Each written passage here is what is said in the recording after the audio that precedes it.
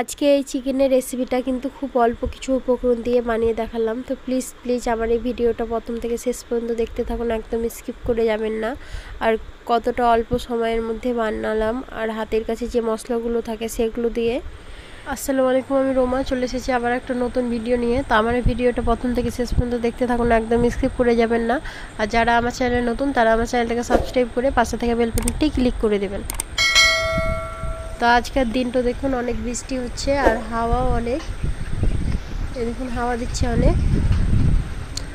আর এই হাওয়াতে কিন্তু আজকে আমি রান্না করছি, আর আমি এই ভিডিওগুলো কিন্তু অনেক কষ্ট করে বানাই। তো প্লিজ আপনারা আমাকে একটু সাপোর্ট করবেন। আর এখানে নিয়েছি আমি টমেটো, কাঁচা লঙ্কা আর পেঁয়াজ, এখানে নিয়েছি আদা রসুন বাটা, আর এখানে সব এক এক করে মশলাগুলো নিয়েছি যেগুলো আমাদের হাতের কাছে থাকে। জিরে, ধনে গুঁড়ো, গরম মশলা, লঙ্কা, হলুদ গুঁড়ো, লবণ। আর এখানে নিয়েছি আমি চিকেনের পিসগুলো সব রকমই আমি এখানে নিয়েছি। আর আপনারা চাইলে কিন্তু বোনলেস চিকেনও বানাতে পারেন, কিন্তু আমি সব রকমই নিয়েছি। আর এখানে গ্যাসে আমি আগে থেকে কড়াইটা চাপিয়ে রেখেছিলাম, আর কড়াইয়ে কিছু পরিমাণে তেল দিয়ে রেখেছিলাম। তারপরে পেঁয়াজ কুচিগুলো আমি ফেলে দিলাম, আর এইভাবে কিছুক্ষণ নেড়ে চেড়ে নেব। তো আমি এরকম করে ভেজে নিয়েছি গোল্ডেন ব্রাউন কালার করে, আর দেখতেও কতটা সুন্দর লাগছে। আর এখানে লঙ্কা কুচি আর টমেটোটা আমি দিয়ে দিব। এক এক করে সবগুলো দেওয়ার পরে খুব ভালোভাবে একটুখানি নেড়ে চেড়ে নেব।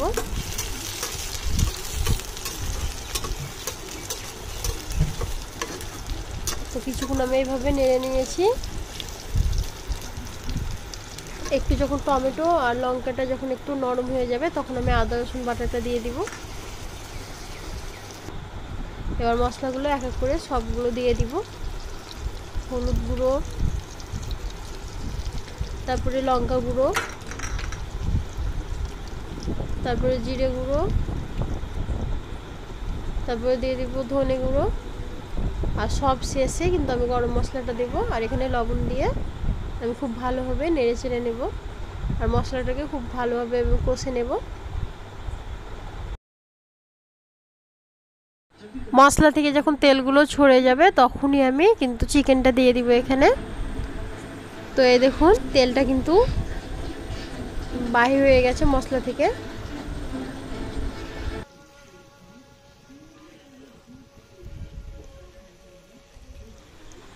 এবার আমি ধুয়ে রাখা চিকেনগুলো দিয়ে দিব মশলার মধ্যে।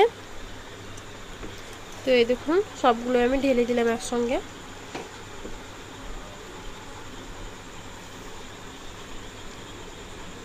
দিয়ে খুব ভালোভাবে আমি নেড়ে চেড়ে নেব।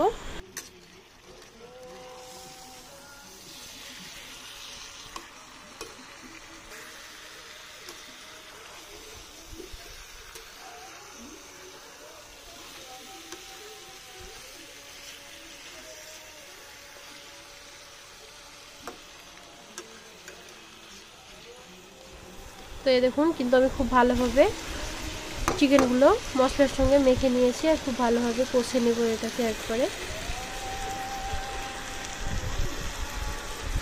আর দেখতে কতটা সুন্দর লাগছে। আর এখানে আয়ান নুরানি ঘরে টিভি দেখছে, ওরা একজন আর একজন ফোন দেখছে। তো এখানে আয়ান আস্তে আস্তে বাবাই করে দিল, কথা বলবে না, এখন মুগলি দেখবে ও। তো আমি আবারও বাইরে চলে এলাম। চিকেনগুলো খুব ভালোভাবে আমার কষা কিন্তু হয়ে গেছে। এবার আমি কিছু পরিমাণে নেড়ে চেড়ে নেওয়ার পরে জল দিয়ে আমি জল দিয়ে ঢাকা দিয়ে দেব।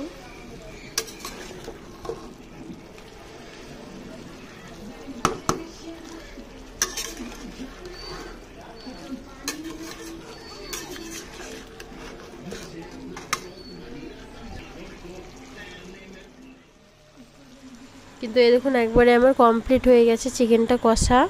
আর চিকেনের আশেপাশে যে তেলগুলো ছিল তেলগুলো কিন্তু ছেড়ে গেছে, এখন আমার কষা হয়ে গেছে। এবার আমি জল দিয়ে দিলাম পরিমাপ মতো।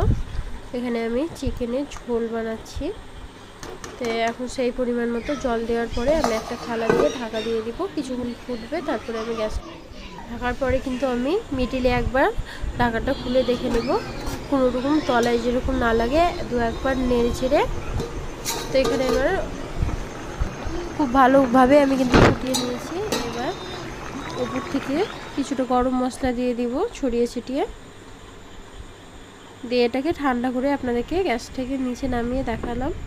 তো এই দেখুন দেখতে কতটা সুন্দর লাগছে। আর আমার এই রেসিপিটা যদি ভালো লেগে থাকে অবশ্যই আপনারা কমেন্টে জানাবেন আমাকে, আর আপনাদের ফ্যামিলির সঙ্গে অনেক অনেক করে শেয়ার করবেন।